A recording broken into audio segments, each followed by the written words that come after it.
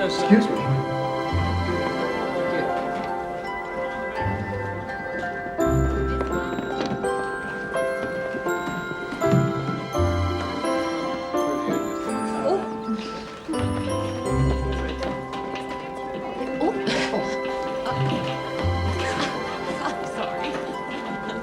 Careful. Thanks.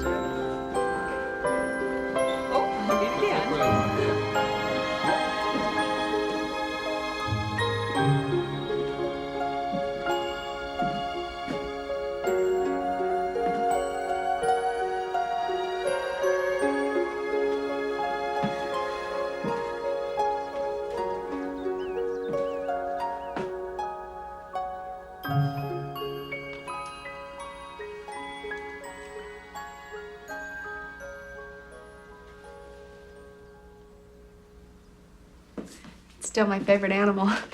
Oh, you dragged this old bear around till most of the stuffing fell out.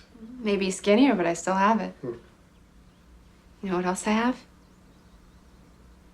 The best dad in the whole world. I'm gonna miss you, Jen. I'm gonna miss you too, Dad.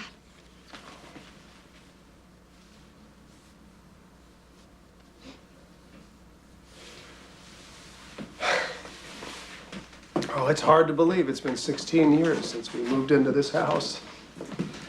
Strange thing is, we thought when we were moving in, we were going to be taking care of Mary. It turned out she was the one who was taking care of us. I don't remember a lot about Mary. Just how much I loved it when she used to read to me. Oh, she loved it even more than you did. That's why she left us this house. So you could grow up here and one day get married here. Just before she died, Mary asked me to save this. For you.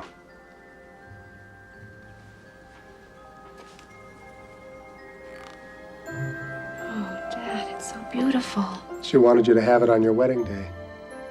I wonder how she met her husband. You never knew anything about David, did you, Dad? No, just from that portrait up in the attic. But their love story was amazing. They met during the Second World War. The company that David owned had just won a contract to build a scout plane engine for the U.S. Army. So naturally, he was working around the clock to beat his production deadline. Look, boss. Yeah. I know you're busy, but we gotta do something about the bottleneck. We're redesigning the finishing operation to solve that. You'll have the new grinders by next week.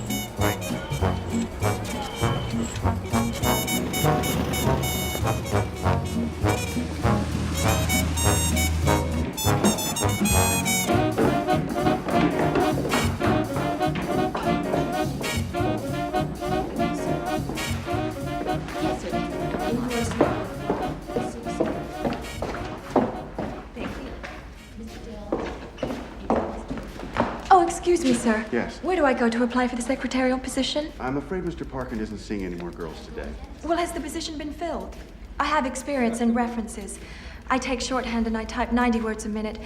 I'm very organized and I do really need this job. I'm sorry. Why don't you just come back tomorrow?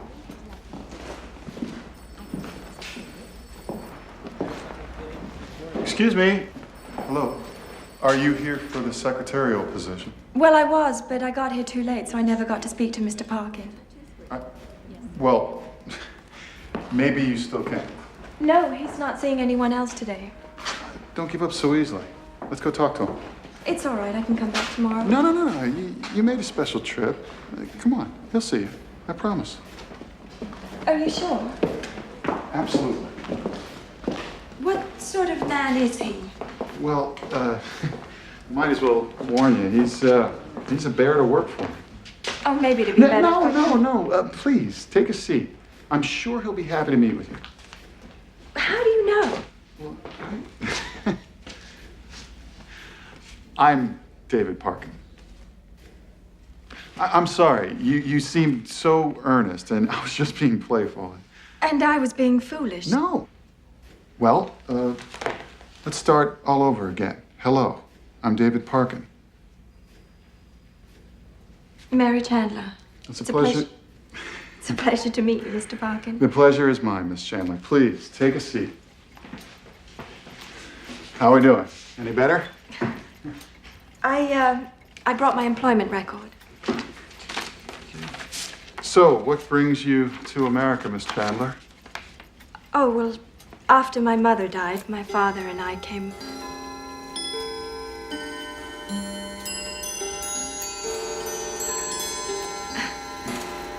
My father and I came over.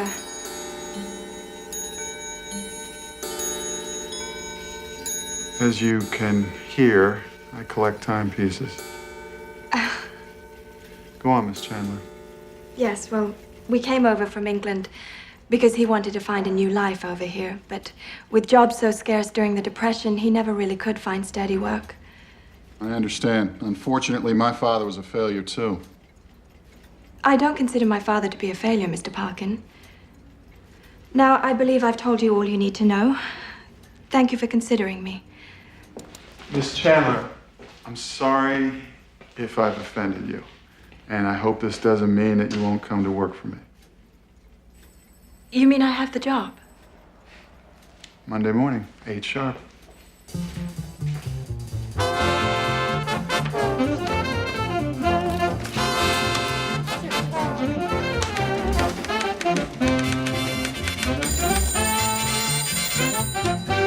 Good morning, Mr. Parkin's office. Four machines like this that actually cut this heat, little by little, going all the way around.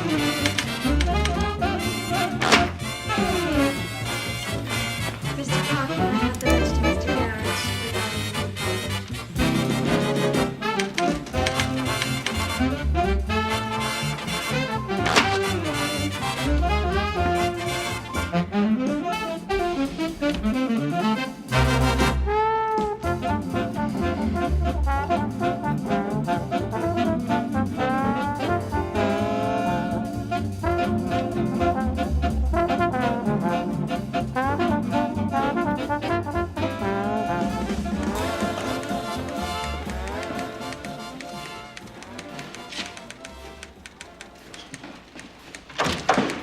I hear your typewriter in my dreams, Miss Chandler.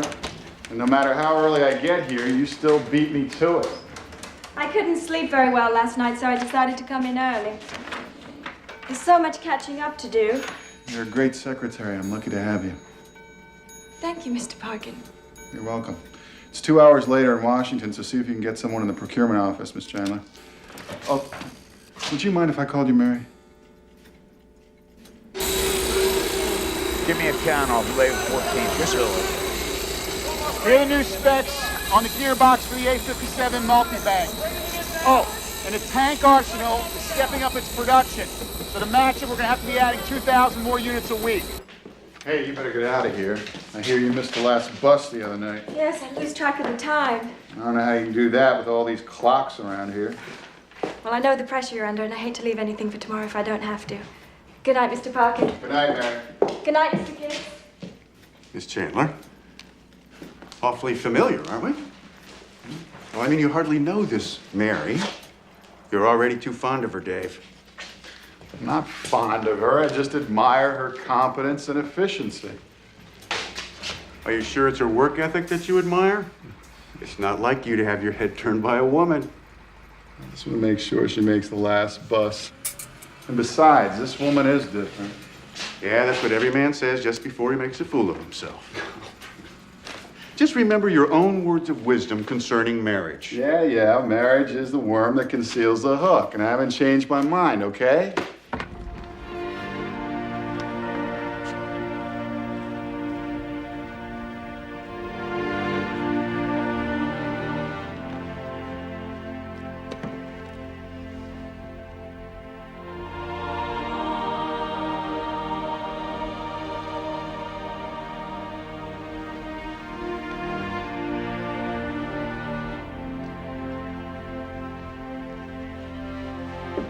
Mary? Father Mike.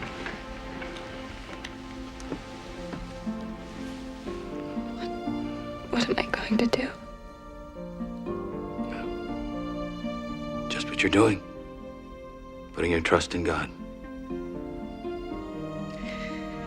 I don't know how much trust I have left. You're a strong woman, Mary. You're gonna be all right.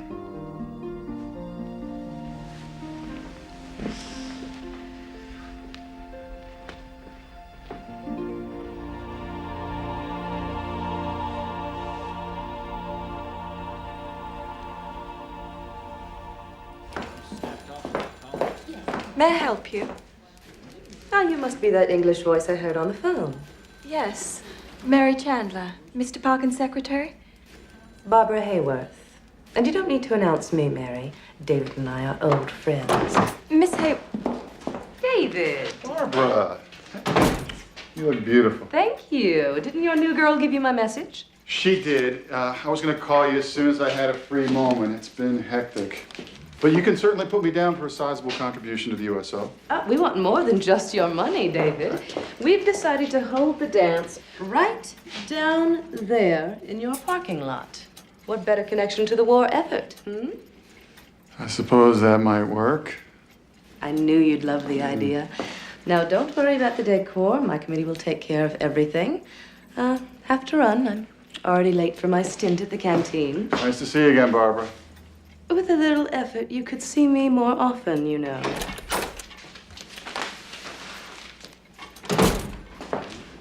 You must be looking for the hiring hall. It's downstairs. Actually, Mr. Parkin was expecting Mr. Flynn. You can go in now, sir. Thank you, ma'am.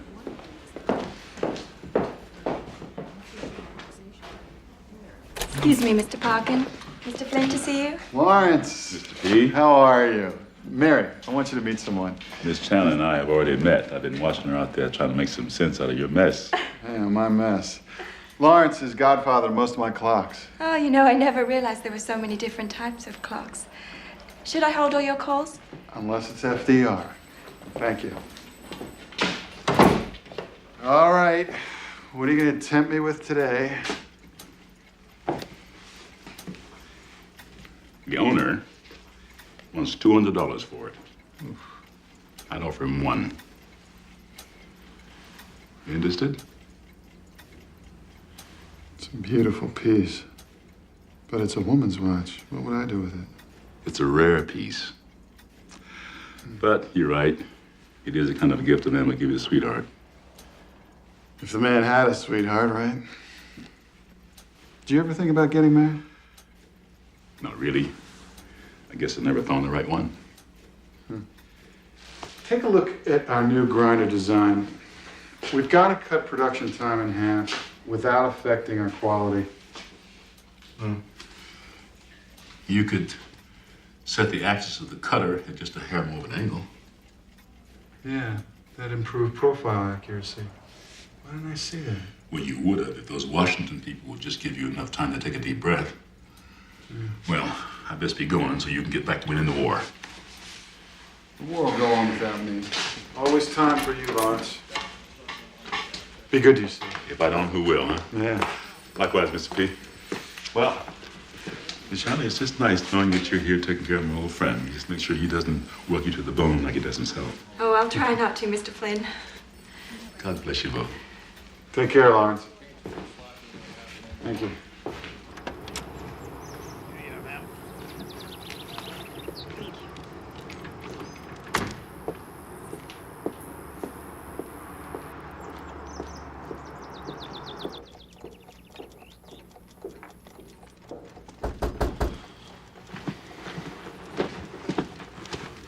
Miss Maud, how nice to see you. Come on in. I was just wondering if that Bavarian clock was ready. Yes, indeed. Sit down, please. Thanks. Although I don't know why I bothered to ask. Doesn't matter, really. It's just good to get out and about while you still can.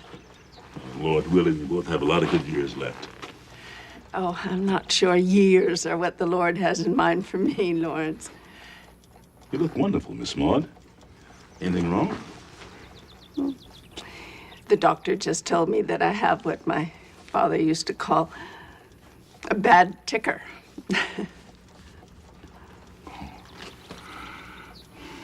Miss Maud, I'm so sorry. Don't be. It's just life. come the taxi brought you? Your car in the garage? Oh, no, it's my nephew. It's always Everett, isn't it? I came downstairs all dressed and ready to go, and the car was gone. I guess he's out joyriding with that friend of his, Hal Avery. That worries me. Well, if I'd known Miss Maud, I could have saved you the trouble and dropped it off at your place. Everett is my problem, Lawrence, not yours. I don't want that taxi running up the meter on you. I think you'll like the chimes now. I know I will. But if there's any problem, I'm sure there won't be. be good to yourself, Miss Maud. Thank you, Lawrence. Mr. Parkin, if you could just sign this. And if you don't need me for anything else, I'll see you in the morning. I'm sorry. I got so busy down here, I've made you late again. Let me give you a ride home. Maybe we can stop off and get a bite to eat along the way. Thank you. That's very nice.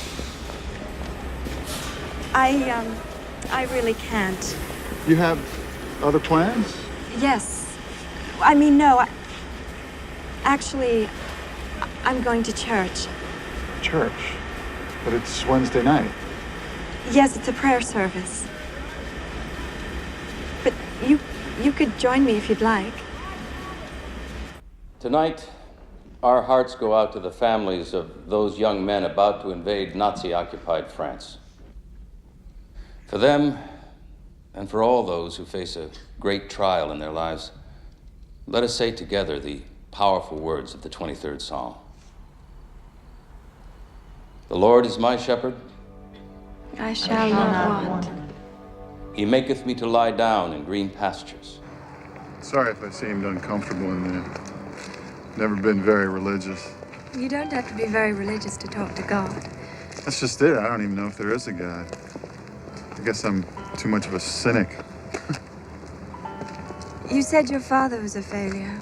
Is that what made you cynical? I probably shouldn't have said that. My father was really a wonderful man. Unfortunately, he let my mother destroy him. What do you mean? She walked out on us when I was 4. He never got over it. Did he never remarry? No, it was just the two of us. I guess it turned out all right. But a child really should have 2 parents. I admire your faith. I wish I had it. There's no real way to explain faith. All I know is that sometimes God is the only friend you have. The whole idea of a deity, I find incomprehensible. But a clock, now that I understand. A clock I can see, I can touch, I can even take it apart, discover its mysteries, then have Lawrence put it back together. This is my place. Oh. I'll see you in the morning. Hey, you don't get away that easy. I mean, at least not until I tell you what a special night this was. Not once, I mean, not one single solitary moment did I think about the plant or a war production board or cost overruns or... Good evening.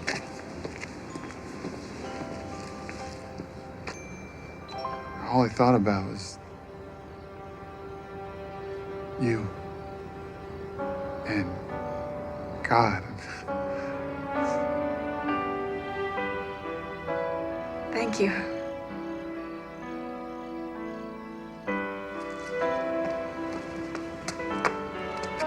Good night. Good night.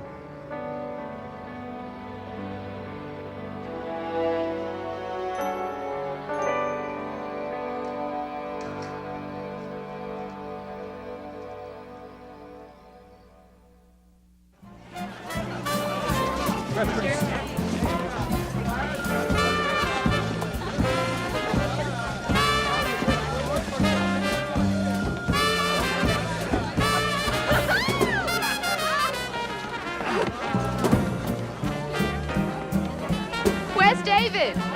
He'll be back in a moment.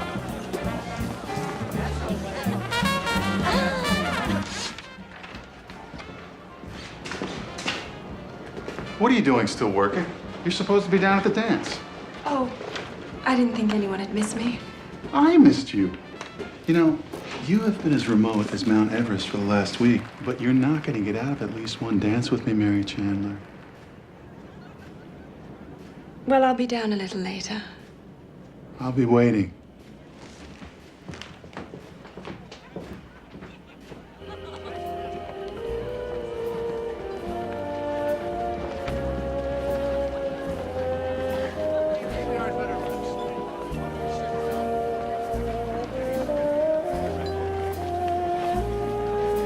Men have been known to fight wars for the privilege of holding me in their arms. And all you had to do was give us a place for our charity dance.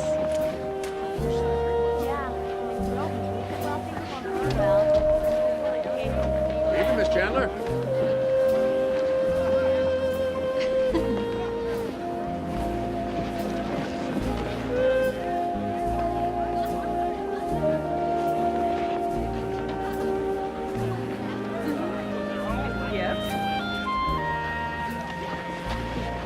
May I have the pleasure?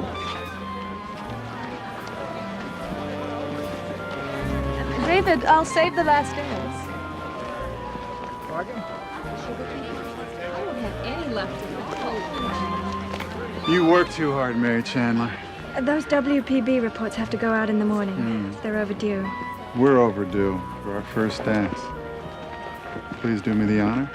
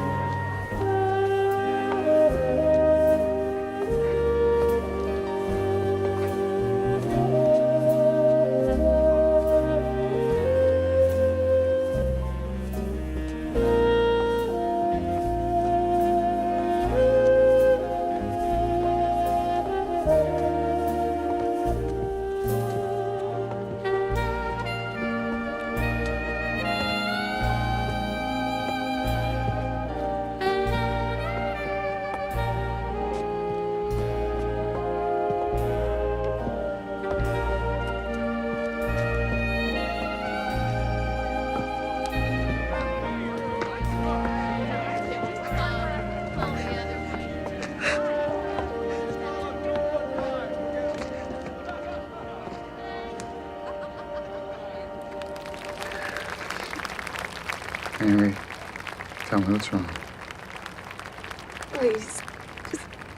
I respect you too much to ever do anything that would hurt you in any way. If that's why you've been so... No, it's not that at all. You don't understand. I do understand. What we felt for each other as we danced was real. I'm in love with you. I'm in love with you.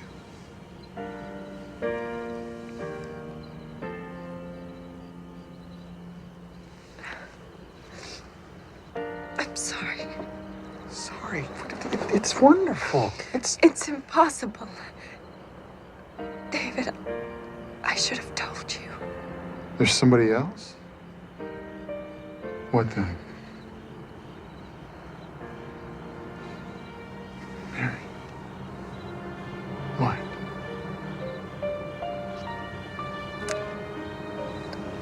I'm pregnant, David. There was someone, a soul gem, and I was foolish. Does he know? He was killed 5 weeks ago in Italy. And that's why I came here. To get a new start. I should have told you, but I really needed this job. Oh, David, I'll never forgive myself for deceiving you. You're the last person in the world I'd ever want to hurt. David, there's a phone call. I'll have to call him back. It's urgent. I said I'd call him back. David, it's Washington.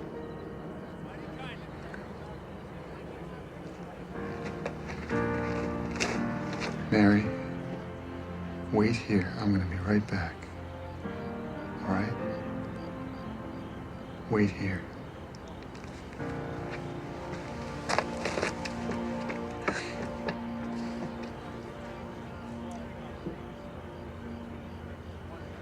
I know that, Bob, but I still can't fly out tomorrow. Look, Bob, why can't we do this over the phone? I know it's important, but I have a priority of my own right here, now. Bob, I gotta go. I'll call you first thing in the morning. I will, I promise. Right, bye. Dave, they're gonna make a decision within 24 hours. Why can't you fly out? George, please. It's Mary Chandler, isn't it? I told you not to get involved. George, why don't you just shut up?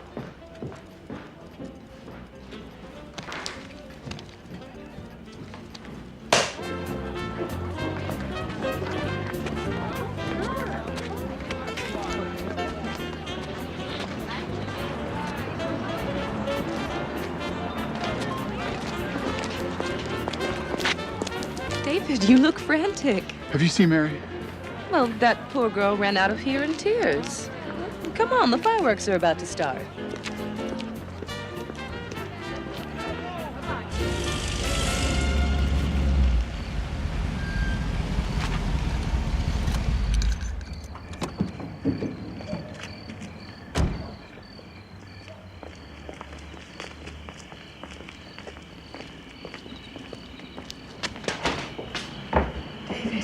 Where are you going? I can't stay here. I have to go. You can't leave. You need to talk. This is the only way. No, listen to me. You belong here with me. I don't know where I belong. When I couldn't find you, and I thought I might never see you again, I felt like everything that was good in my life was gone. How can you say that? I know what I want. And what I want is to marry you. Going to have another man's baby. Why would you ever want to marry me? It doesn't matter, Mary. It doesn't matter. I'm asking you to marry me. I don't want your pity. It's not about pity. It's about love. I can't do that to you. What will people think? Mary, I don't care what people think. All that matters to me, all that matters is being with you.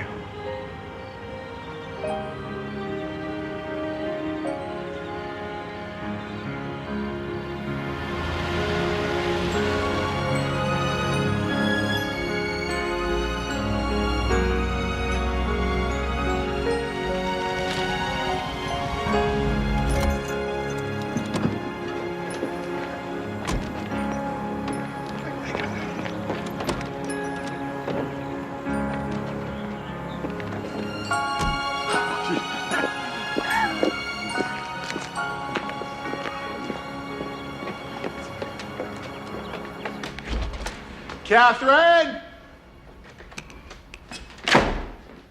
Catherine! I want you to meet someone. Mary, this is Catherine. Catherine Taylor. She has been with me 8 years, and she is the best housekeeper any bachelor ever had. Catherine, Mary Chandler. Hello. The best secretary any boss ever had. And she's agreed to marry me next week. Next week? Yeah. Mr. Parkin, you've lost your senses. Sorry, ma'am, and it's a pleasure to meet you, but next week is impossible. So think of your social position. You owe your friends and your future wife a proper wedding. Then we'll make it 2 weeks. Hello, hello. Come in, Mr. P.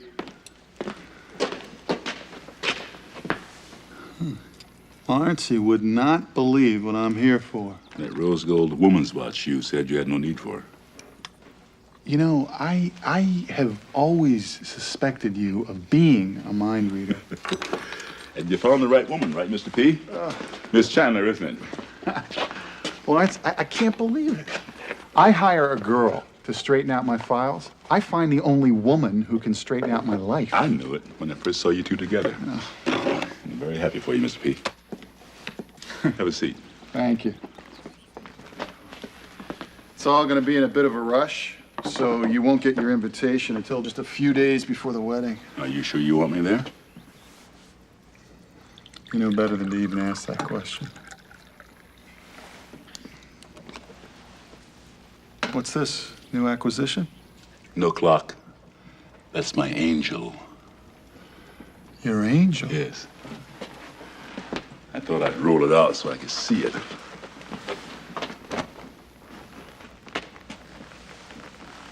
It's beautiful. Where'd you find it? It found me.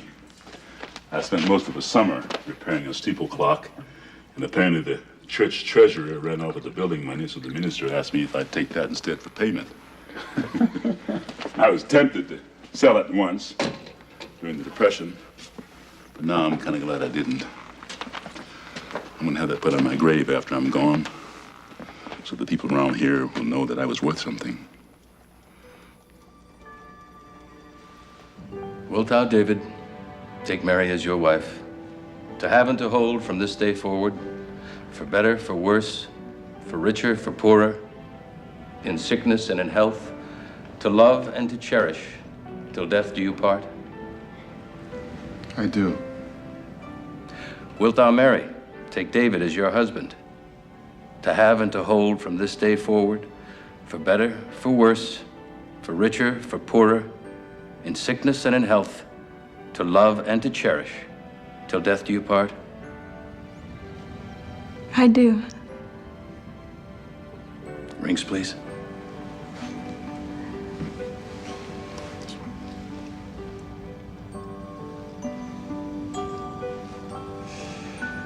With this ring, I thee wed. With this ring, I thee wed. Those whom God hath joined together, let no man put asunder. You may kiss the bride.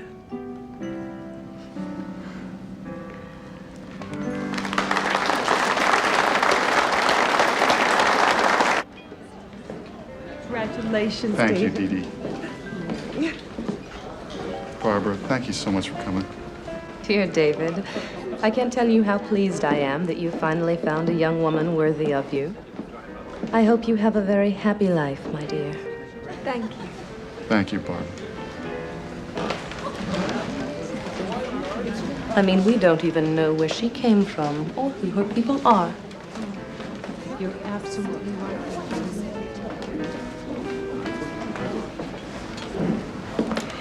Everin, I asked you not to do that. If I'd known the libations were this good, I'd have come to one of these weddings a long time ago.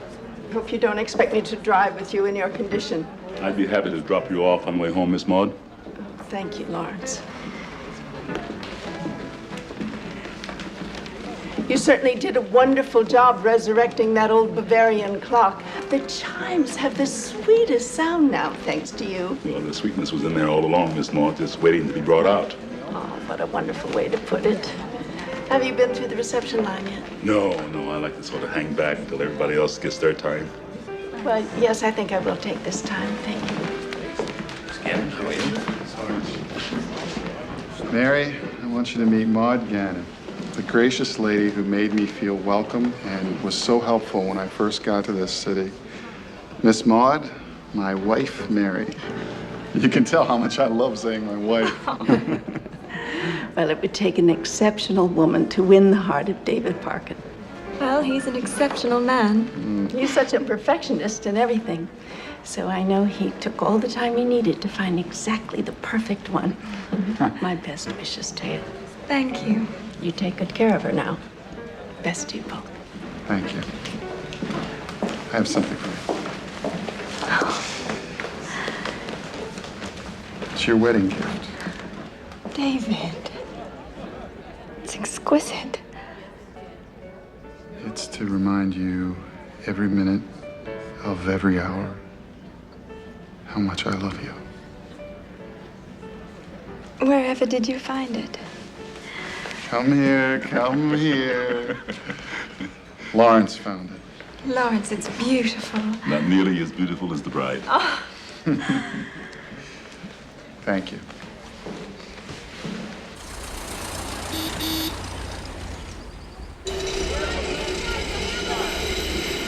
Dave, I can't tell you how happy I am about you and Mary. Oh, thanks. But, you know, it's been 6 months, and when are you going to stop acting like a newlywed and get back to business?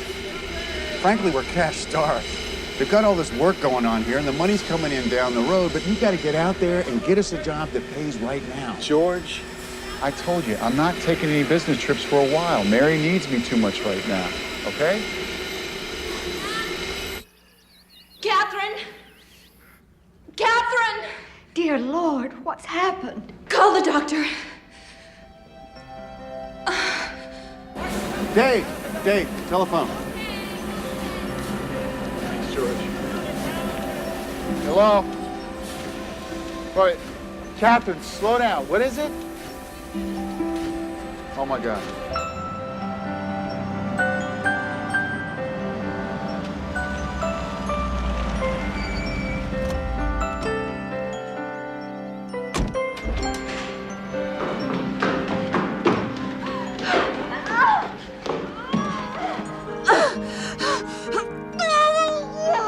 Mr. Parkin, you can't come here.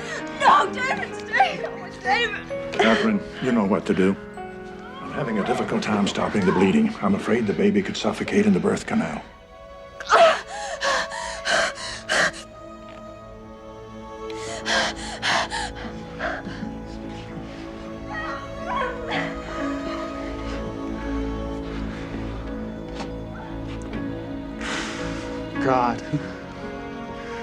God, if you're there, please.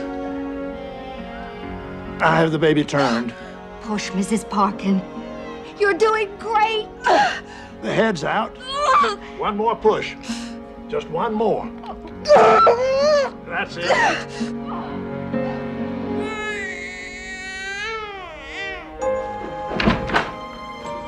Congratulations. You have a beautiful baby girl. Here's Mommy. Hello. And Daddy.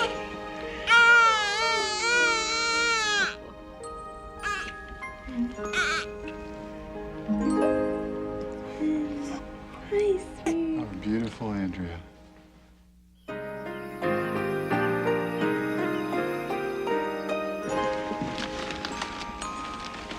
Happy birthday, Miss Andrea.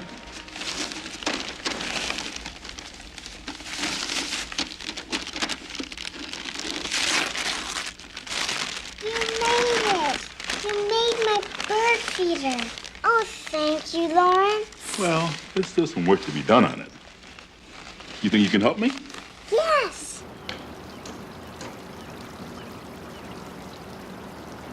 Too bad Mr. Parkin couldn't get back for the party. Well, I'm sure he tried. He must have gotten tied up. Look how much fun she's having. She's never happier than when Lawrence is around.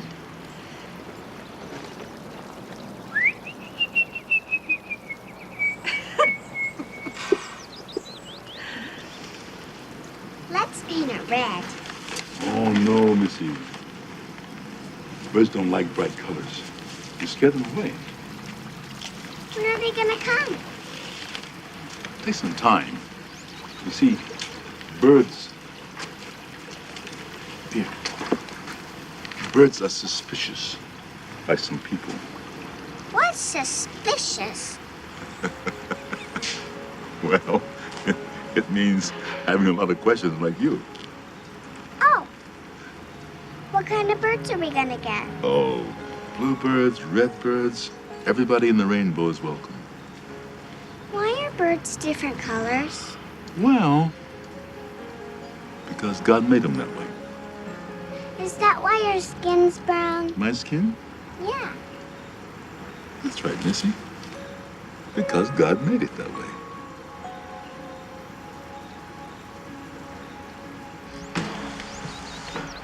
Daddy! Hi, sweetie. Oh, it's so good to have you home. Oh, it's good to be home. This is for you, Princess. thank you. You're welcome. Was the trip successful? I'd say hopeful. I miss my girls. I wish I could have gotten home soon. Well, you did your best.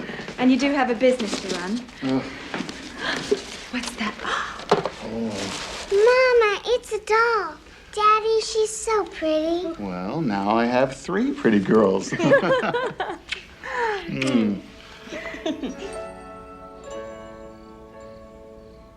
Arms up.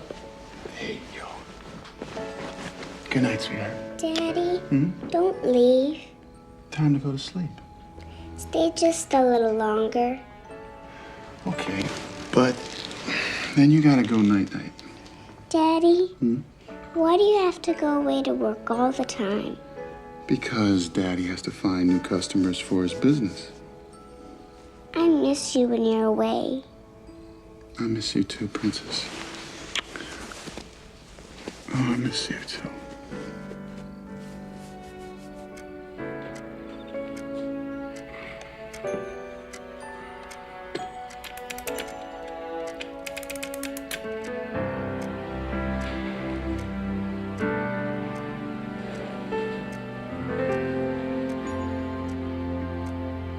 What's the matter?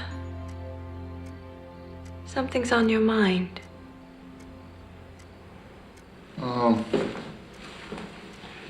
I guess I'm just feeling guilty about being away so much, and I'm just dreading the day we have to tell Andrea I'm not a real father. David, you are a real father. Being a father doesn't happen at the moment of conception. It happens over the years. When you love and care for a child, all the things you've done. Oh, I've failed you, haven't I? Mary, it's not about that. If only I could have given you your own child. I couldn't love Andrea more if she was my own flesh and blood. You know that. I feel privileged to be her father. And she's lucky to have you. And so am I.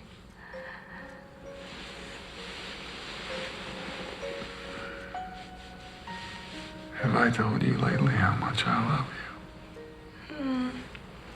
Once or twice.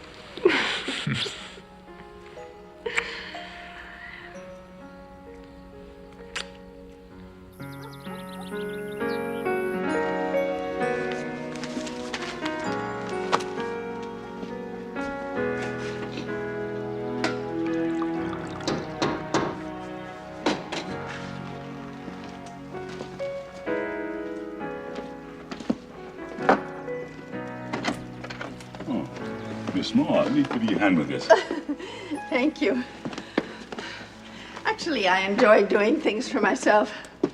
It's a good thing, too, seeing as how I don't have anyone who's willing to help me. What about your nephew? Oh, I don't even want his help.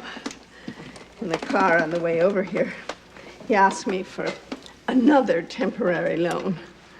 He and that Avery boy are always trying to weasel money out of me. Here. He thinks he's going to inherit my estate.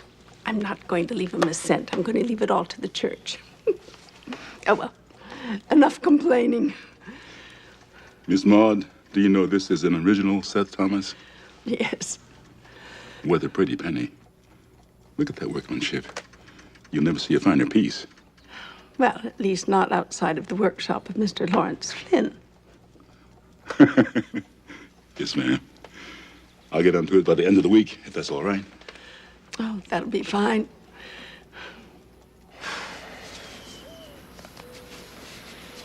Here she comes.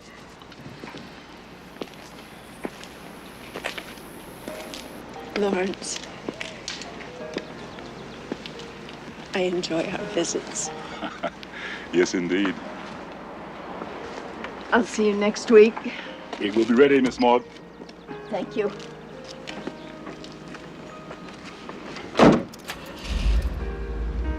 Good day, gentlemen.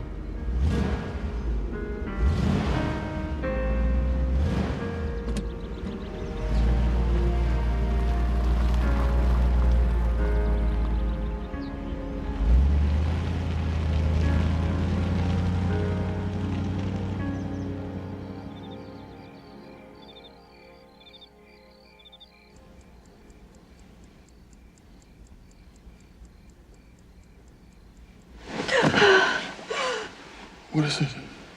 Are you all right? I just had the most horrible nightmare. Oh, sweet. What was it? I dreamt I was holding Andrea in my arms. And I was rocking her to sleep, and this angel came through the window and took her from me. Oh, honey. It was just a dream. I have to see her, Dave. Mary, you know she's fine.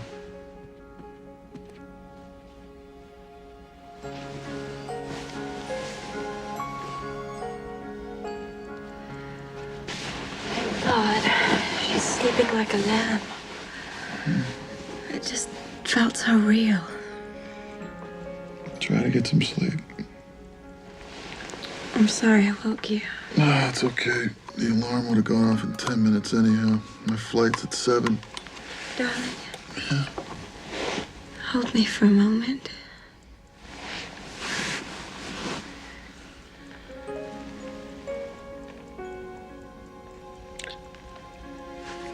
Everything's all right.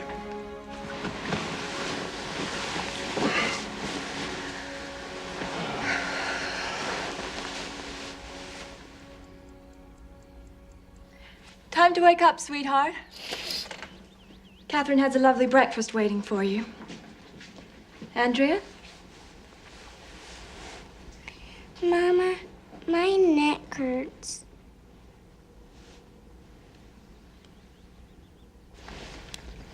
Good girl. Good girl. Mary, I'm afraid it's meningitis. How bad is it? Well, it's too early to tell how serious. What can I do? Just what you're doing, bed rest, try to keep the fever down. The first 2 weeks are critical. Could you? Severe cases can lead to death, but we'll keep a close watch on her. Meningitis is highly contagious, so I'm going to have to quarantine the house. What is it? Meningitis. And Mr. Parker has already left for Europe. Catherine, I knew something terrible was going to happen. I had this dream. It can't come true. I won't let it.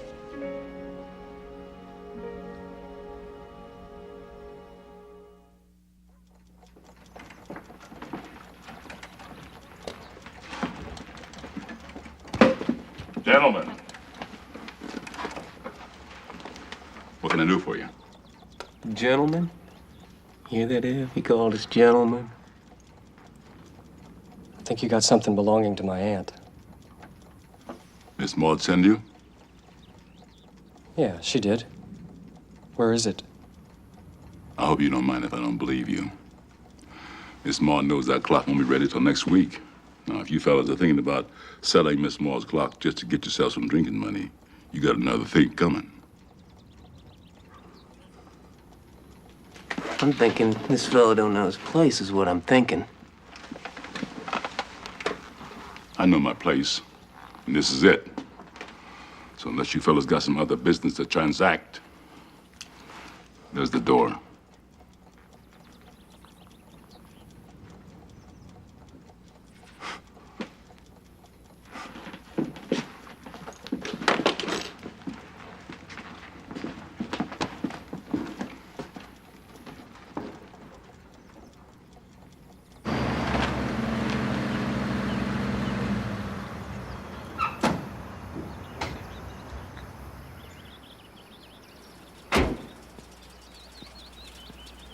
Lawrence, you can't come in.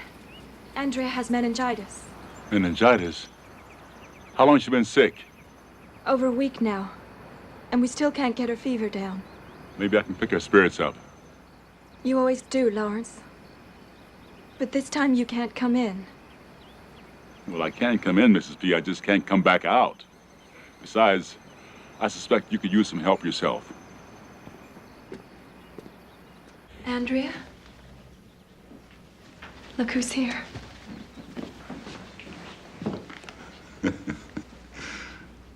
I knew it would brightened my day once I saw you, Missy. Can you tell me a story, Lawrence? Sure.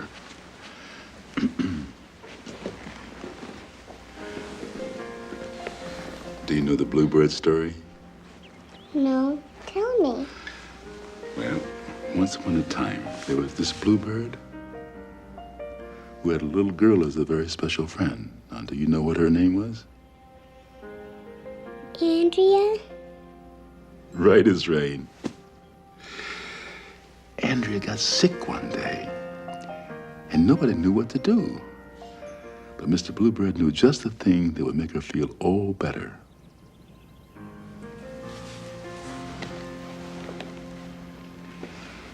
I'm sorry, ma'am. I just put her right off to sleep.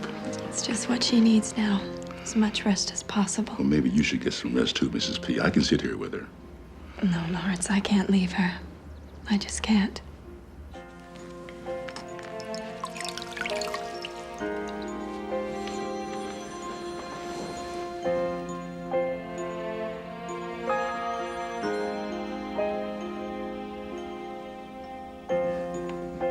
Excuse me.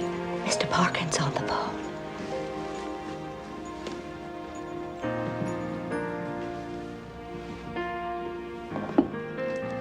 David.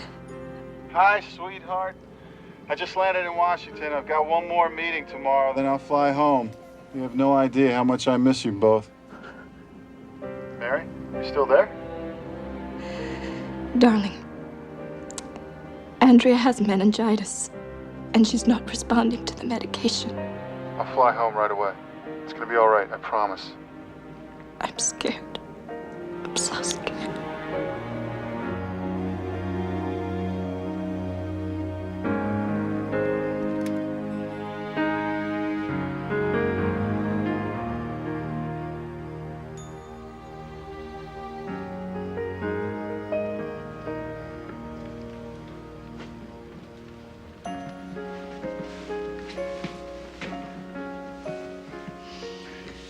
Hi, honey.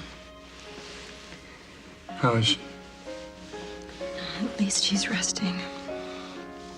Look, I'm sorry I wasn't here to help you through this. Catherine tells me that you haven't left her side since she got sick. Well, she shouldn't have told you that. She and Lawrence worry too much. I'm fine. You're not fine. You look worn out. And your resistance is low, so you could get sick too. I'm not worried about me. I'm worried about Andrea. Suppose something happened to her. Mary, stop doing this to yourself. It's that dream, isn't it?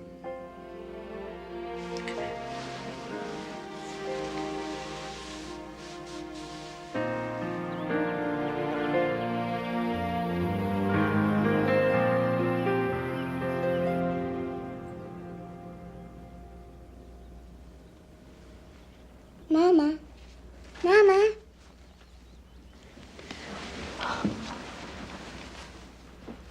David, David, her fever's gone. Where's Lawrence? You stay with her. You're the first person she asked for. That Missy sure knows how to steal my heart.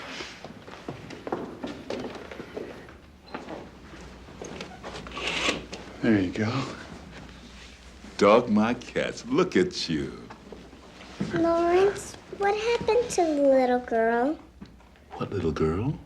The little girl named Andrea who got sick. Oh. Well, let's see. The bluebird got all the other birds together, and they searched all over until they found her daddy and brought him home. Daddy, Hmm? did you bring me candy? What do you think? Now I know she's better.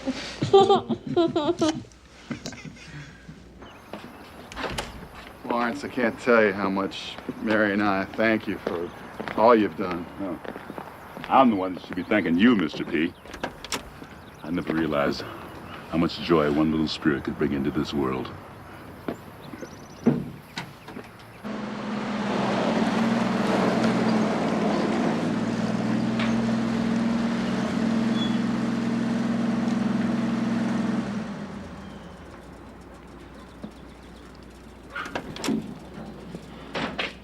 Mr. Flynn? Yes, sir. Mr. Lawrence Flynn? Do you have something that identifies you? I know who I am. Yes, well, do you have somewhere we can talk? This, clock that needs repairing? No, this belongs to you. My name is Donald Potter. I'm an attorney and executor of the estate of the late Maud Gannon. Miss Maud's dead? You didn't know? I'm sorry. One of the provisions of her will was that this be left to you. Did you know Miss Maud? Not really. Only as her attorney, that is. Not really. Dear Miss Maud, I guess she went about the time the good Lord spared Miss Andrea. If you'll sign here, acknowledging receipt, our business will be concluded. That surely does conclude our business. Good day, Mr. Potter. Good day, sir.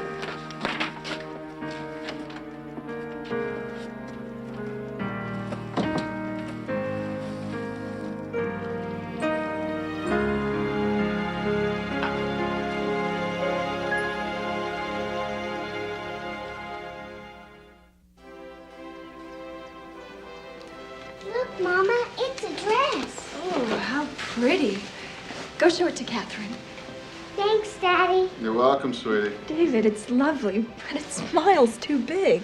Maybe when she's 10. I'm not good at this, am I? Well, otherwise you'd be perfect. There you go. And now a gift for my big girl. I hope you like it. Nice paper. I wrapped it myself. Really? What, you don't believe me?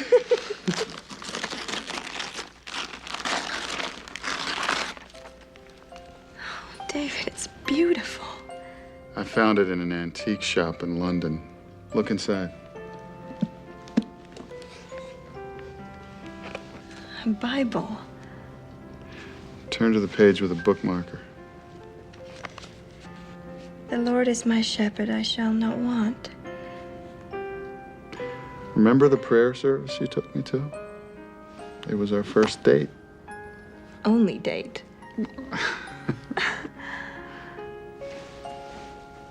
Oh, this is the most wonderful Christmas I've ever had.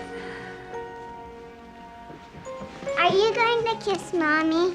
I sure am. And don't think you're gonna get away without one. Merry Christmas, sweetheart. Merry Christmas. Merry Christmas. You got a moment? It's about losing that contract. We're not going back in again with a lowball bid. I'm not gonna let them force me into cutting the wages of my people. Then what are we gonna do? If we don't get some new business, we're going under. Then what's gonna happen to your people? Listen to me, George. I built this business during the Depression. We made it through the war, and I'm not about to let anything happen to this company or to those people down there. Sue, call Mary. Tell her I'll see her for dinner, but I'm going to stop by Lawrence's place on the way home. Hey, George, get that worried look off your face.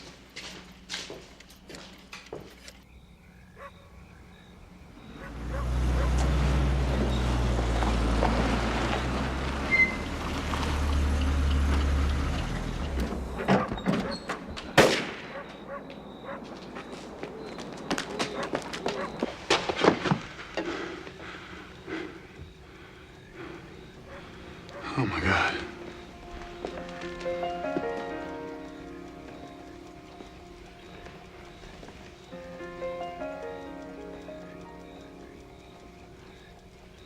Lawrence.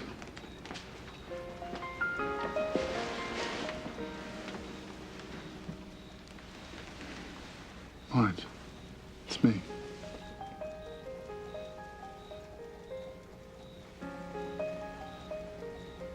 What happened?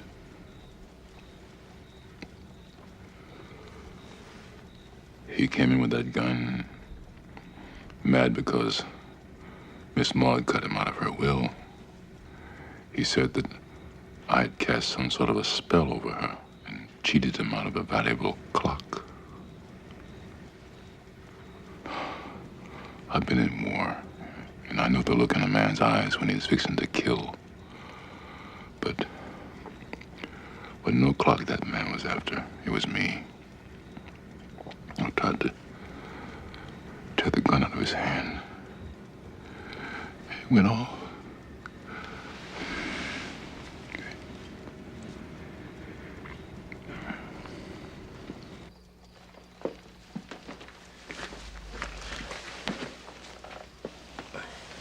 What the hell happened here? Did you kill him? No. I did.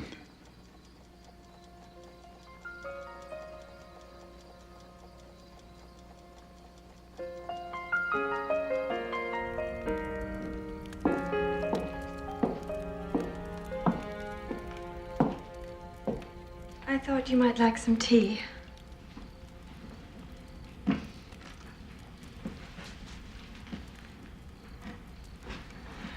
Why did you tell him you did it? Why don't you think I did?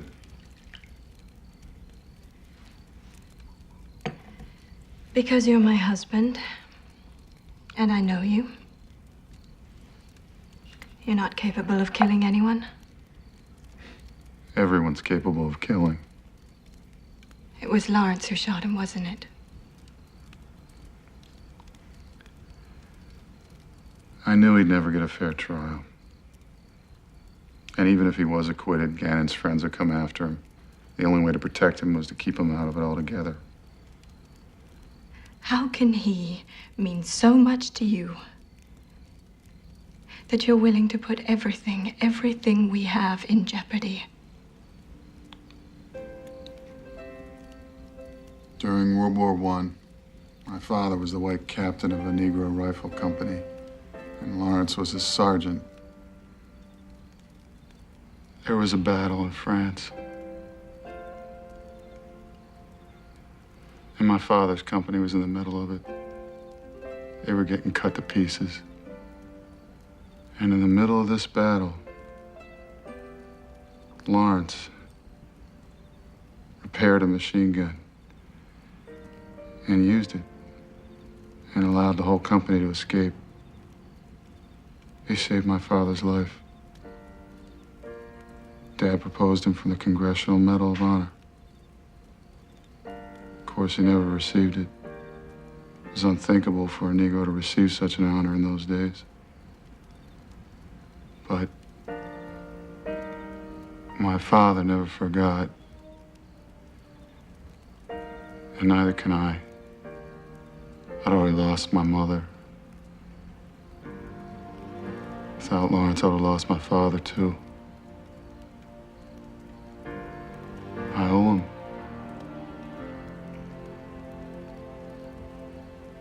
I owe this man. We give the drill cutters half their previous area.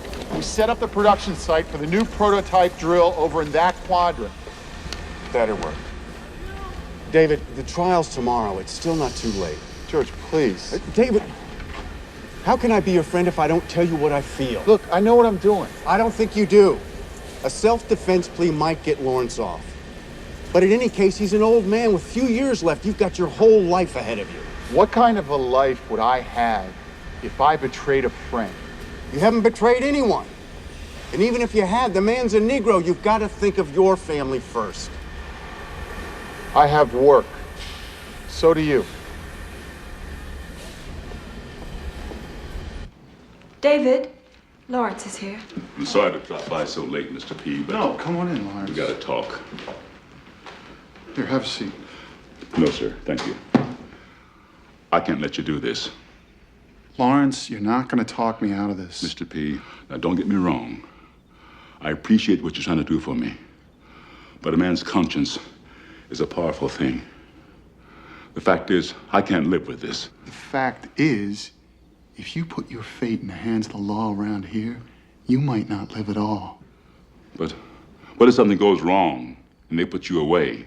What about Mrs. P and Missy? What happens to them? Nothing's going to happen. Mr. P. Nothing's going to go wrong, Lawrence. Mr. P, I never known any good to come of telling a lie. You can't think of this as a lie. I'm doing this to protect you. I don't need protection. I didn't do anything wrong. I've always put my trust in the man upstairs. All I have to do is tell the truth.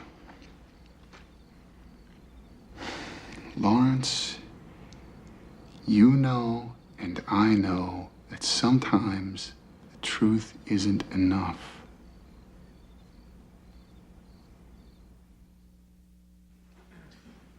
And when you crouched by the body of the shooting victim, did you ascertain that he was already dead? Yes, I did. What else did you determine? Well, Ev Gannon, the victim, had been drinking. I got quite a whiff of 90 proof. Officer Brooks, would you please use the pointer again to show the jury where Mr. Parkin was standing in relation to the victim? Right about there, sir.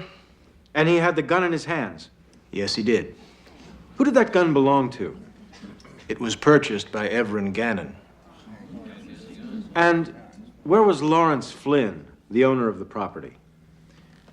He was sitting right there on the bed. And how did Lawrence Flynn appear to you, Officer Brooks? Like he was in shock. I figured since Gannon had trespassed on his place that he'd killed the man and Mr. Parkin had taken the gun from him. Objection. Conjecture.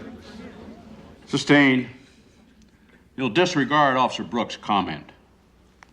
Go on. Forget what was in your mind, sir, and just tell us exactly what you said to Lawrence Flynn.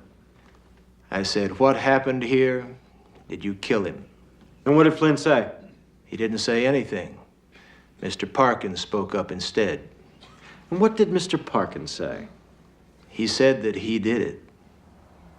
That he shot the man himself. Please examine the pistol, Mr. Parkin. Is that the weapon in question? Yes, it is. Will you please tell the court exactly what you saw and what happened when you entered Flynn's workshop? When I entered the shop, Mr. Gannon had the gun pointed at Mr. Flynn. When he saw me, he turned and aimed the gun at me. But I knocked the barrel in the air before he could fire. And in the fight for the gun, it discharged, and Mr. Gannon was shot. May I remind you, sir, of the testimony of the forensic expert, that there were 3 sets of prints on that gun. Yours, the victim's, and Lawrence Flynn's. Mr. Parkin, can you explain how Lawrence Flynn's prints got on that gun? Yes, sir, I can. As Mr. Flynn has already testified, Mr. Gannon came into the shop and pulled the gun. They struggled over the gun. Isn't it more likely, sir, that you concocted this whole story just to protect Lawrence Flynn? No, sir. Mr. Parkin, you're an intelligent man. I'm sure I don't have to explain perjury to you. So let me just remind you, sir, that you are under oath. Are you the man who fired the shot that killed Everin Gannon? Yes, I am.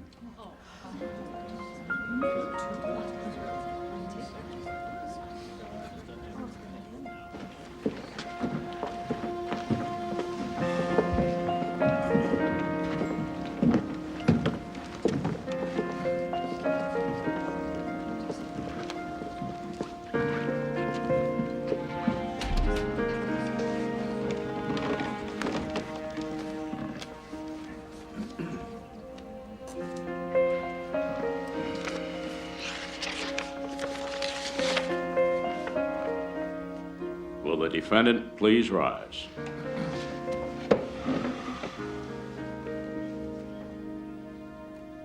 The jury has reached a verdict. The jury finds David Parkin not guilty. That he acted in self-defense. The defendant is hereby released from custody, and this court is adjourned.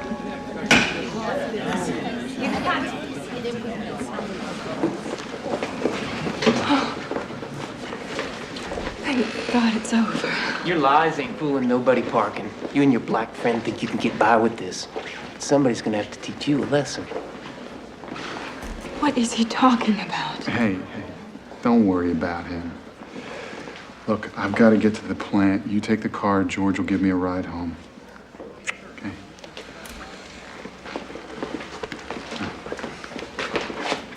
Hey, cheer up. We won. I guess so. I don't know what to say. Just say thank God. I didn't know you believed in God.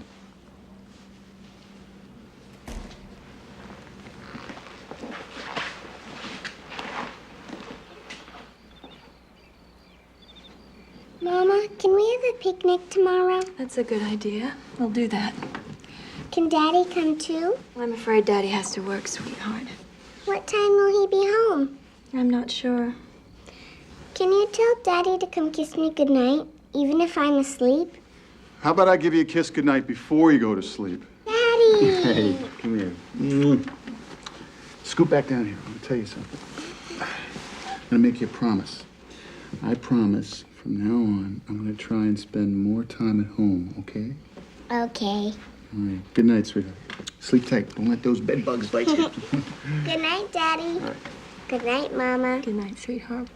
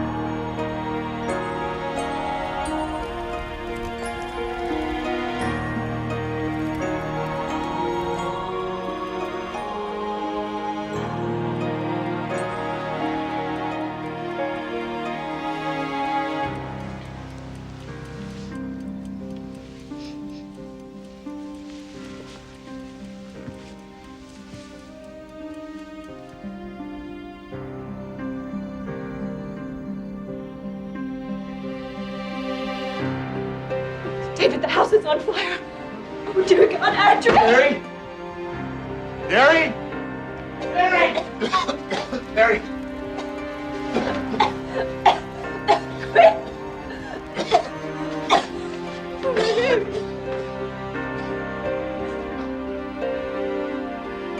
Andrea! Andrea! Come on, baby. Get some help! Come on! Quick, Andrew. Come on, baby. Quick.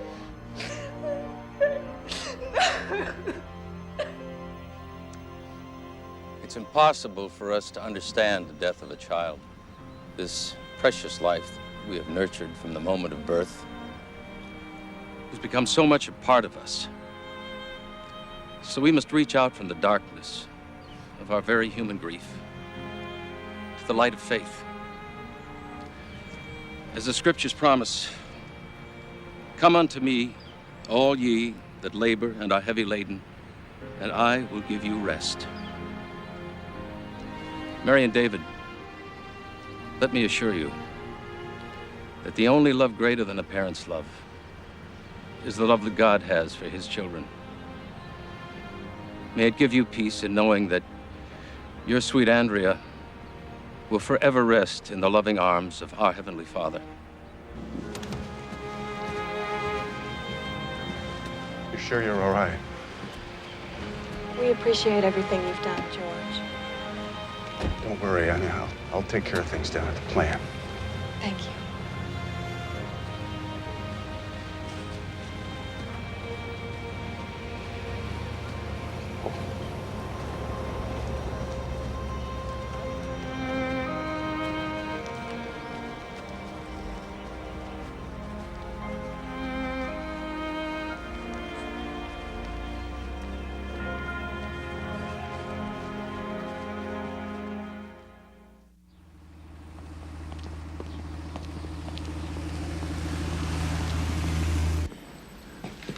I don't understand it, Mr. P.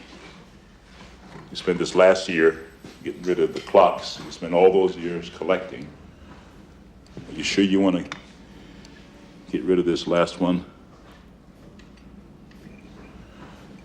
It's a beautiful piece. It's not quite the last one. Mary won't let go of the rose gold watch. Can you blame her? You gave her that watch on your wedding day. I guess I'm not much on sentiment these days, Lawrence.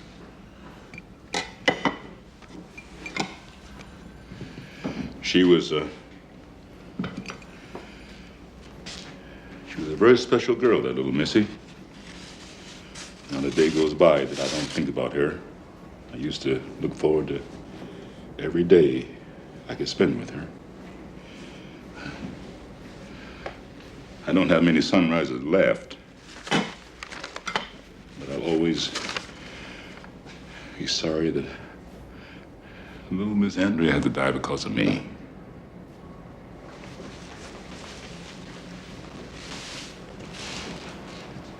Lawrence. Andrea didn't die because of you. If Cal Avery hadn't hated me so much, this would not have happened. Nobody brought more joy into Andrea's life than you did. And if anybody is responsible for her death, it's me.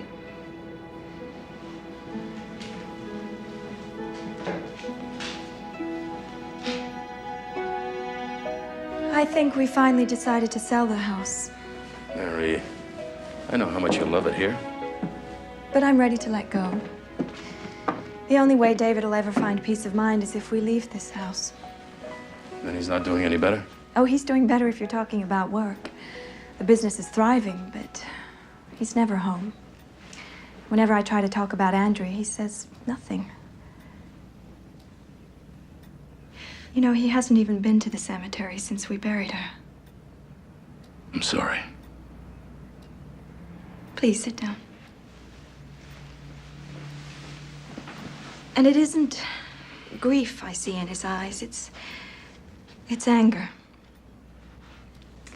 You know, it wasn't just Andrea's life that was taken away from me. I lost David, too. And now it's Christmas, and no matter how hard I try, there's nothing to celebrate. Are you sure you want to have some tea? Mary. I'm sorry, Father Mike. I wish I had a little more of the Christmas spirit. Mary, in time, you'll learn to live with your grief. But not before you learn to forgive. God's love is based on forgiveness. He forgives us, and in turn, he expects us to forgive our fellow man. How can we? Maybe it's time to think about someone else. Time to do something for another child. I know a little girl named Martha who isn't going to have much of a Christmas.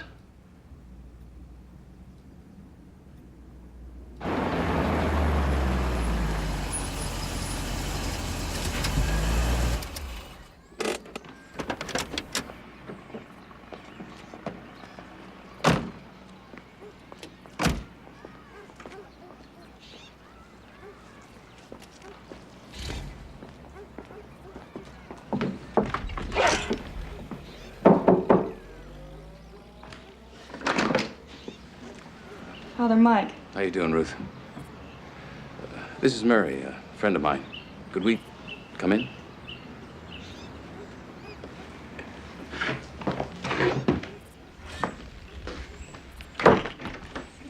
Sorry about the house. It's sort of a mess. Oh, it's fine.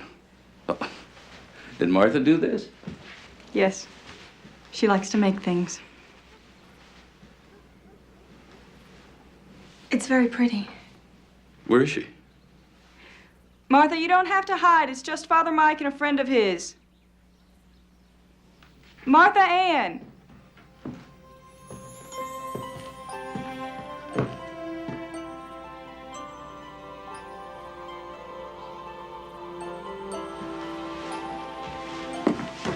I like your Christmas tree.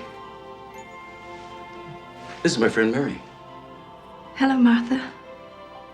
She brought you something.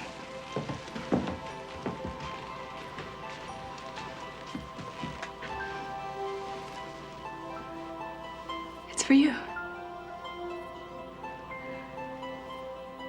It's all right. It's yours to keep.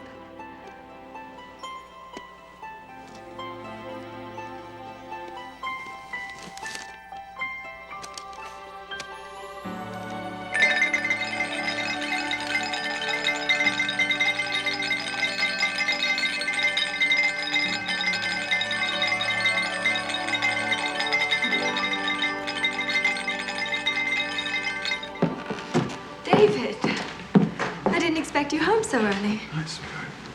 Hello, David. Father? I've had the most marvelous afternoon. Father Mike took me to meet the dearest little girl. If only you could have seen her.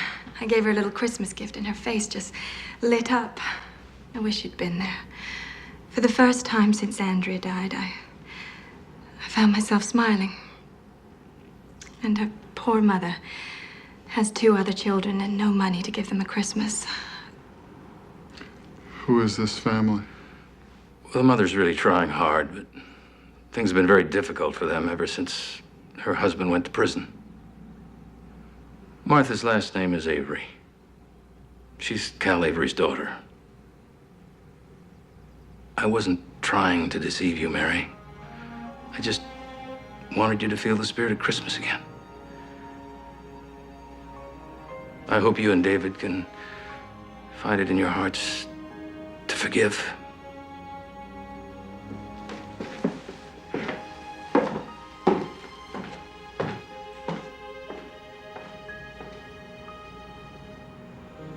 Forgive?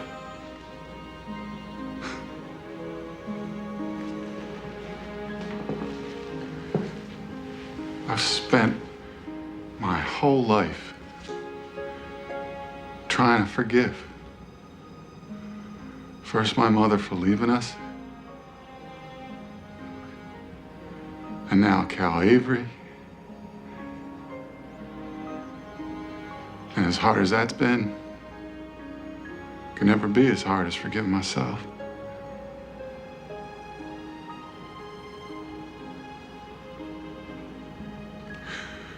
I let my little girl down. I let her down. I was supposed to take care of her, protect her.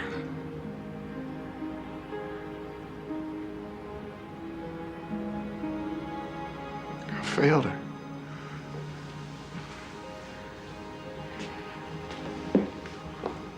David.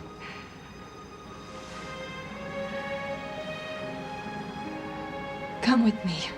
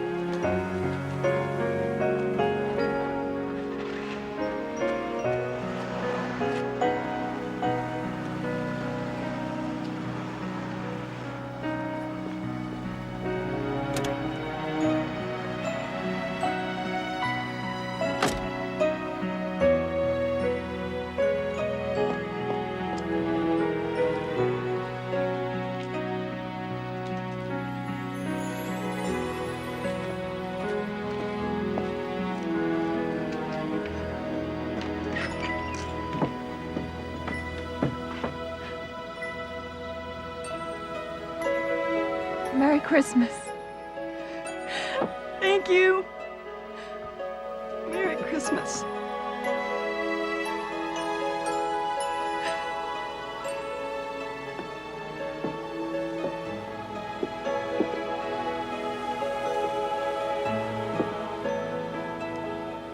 Merry Christmas.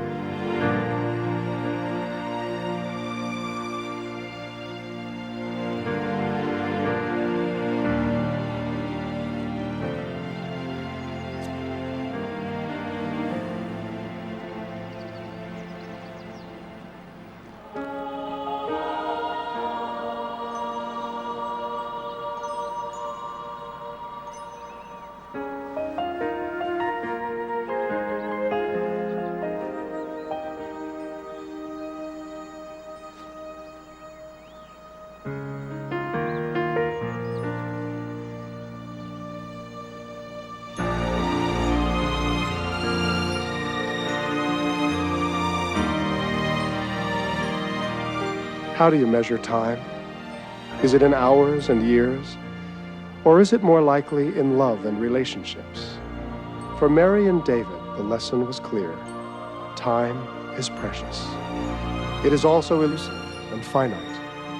But the things that give us hope, love and family, faith and forgiveness, somehow transcend even the boundaries of time.